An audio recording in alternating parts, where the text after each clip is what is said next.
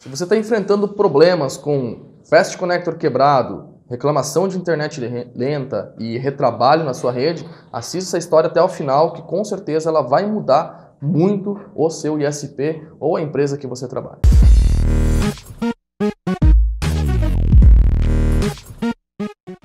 Bom, há um tempo atrás eu fui convidado por um ISP para fazer uma consultoria na empresa dele, e esse ISP me relatou que ele estava com muitos chamados, muito conector quebrado e muito retrabalho na rede. Ele já tinha rede ótica há 1 ano e meio e ele simplesmente falou assim: ó, Matheus, eu acredito que uma rede ótica não deve dar chamado, uma rede ótica não deve dar manutenção, porque a gente está falando de fibra ótica, uma rede de altíssima qualidade, e eu tenho que concordar com ele. Rede ótica não pode dar chamado, rede ótica não pode dar retrabalho. O que acontece na rede ótica é que ela pode ter uma emergência, um caminhão bater num poste, alguma coisa nesse sentido, aí sim a gente vai ser obrigado a trabalhar. Mas no dia a dia, a gente não deve se deslocar até a casa do cliente para fazer uma manutenção de um conector quebrado ou alguma coisa nesse sentido. Então o que a gente fez? Eu fui até o provedor e a gente começou a fazer uma começamos a averiguar o que estava acontecendo lá dentro. A primeira coisa que eu fiz foi analisar a OLT dele para ver os níveis de sinal das ONUs que estavam dentro daquela OLT. Então,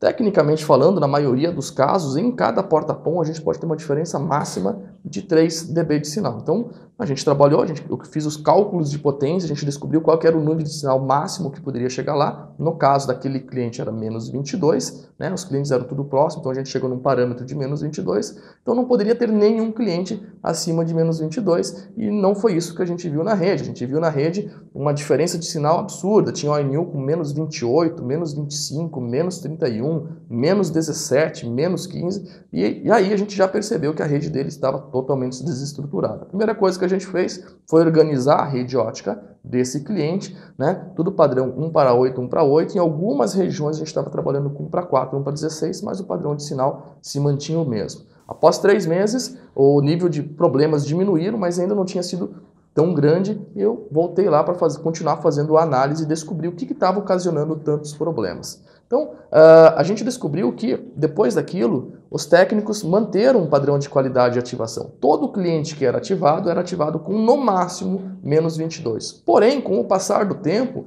os níveis de sinais dos clientes começaram a degradar. Então, o que a gente fez? Tendo um padrão de qualidade, a gente criou um sistema de alertas na OLT dele para avisar todos os clientes que passavam de menos 22. A gente começou a se deslocar até a casa desses clientes e a gente percebeu que as ONUs estavam sendo colocadas em cima da mesa, né?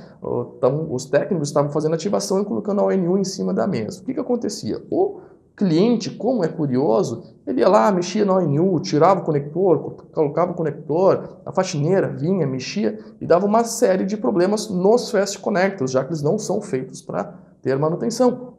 E o incrível é que existia uma outra equipe desse ISP que não tinha problemas com os chamados, tá? Então, a gente foi averiguar o que essa outra equipe fazia, e essa outra equipe, o técnico veio de uma outra empresa, ele tinha o padrão de colocar as ONUs na parede. Ele só colocava as ONUs na parede e isolava o acesso ao conector do cliente. Então, a gente adotou esse padrão e todos os técnicos, a partir daquele momento, teriam que fazer a ativação colocando as ONUs na parede.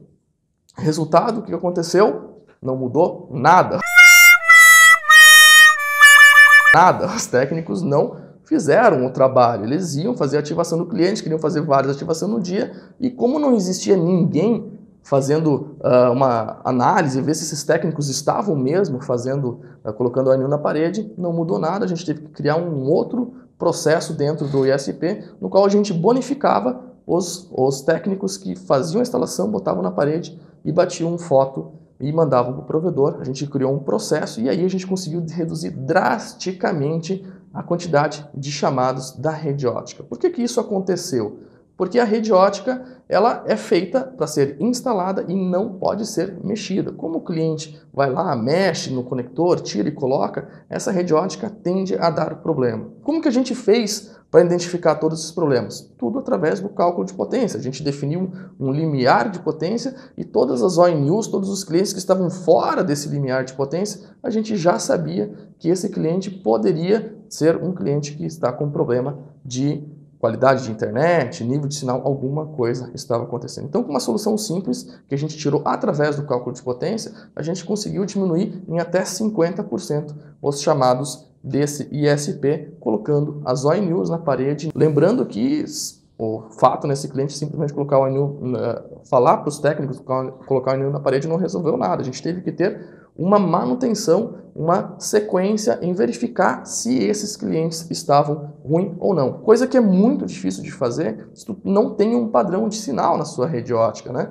Se você tiver aí na sua OLT um nível de sinal muito desproporcional entre os clientes, tu não consegue saber se aquele cliente pode estar com problema ou não, tá? E uma analogia que eu sempre gosto de fazer com o nível de sinal é o seguinte: se você tiver uma estrada cheia de buraco e você botar um carro rodar nela, esse carro vai estragar. Agora, se você tiver uma estrada bonitinha, bem recapada, né, funcionando bem, vai botar o carro lá em cima, dificilmente esse carro vai estragar. Então, uma rede ótica com um nível de sinal totalmente desproporcional, né, levando em consideração que uma rede ótica urbana, que as caixas CTO estão próximas da outra, elas precisam ter um nível de sinal estável, e utilizando o cálculo de potência a gente consegue fazer isso de uma maneira muito simples e muito prática. Então, eu espero que essa dica seja útil para você, que essa história possa te incentivar a adotar esse padrão dentro do ISP e, consequentemente, reduzir drasticamente os chamados na sua rede ótica. Até mais, a gente se vê online.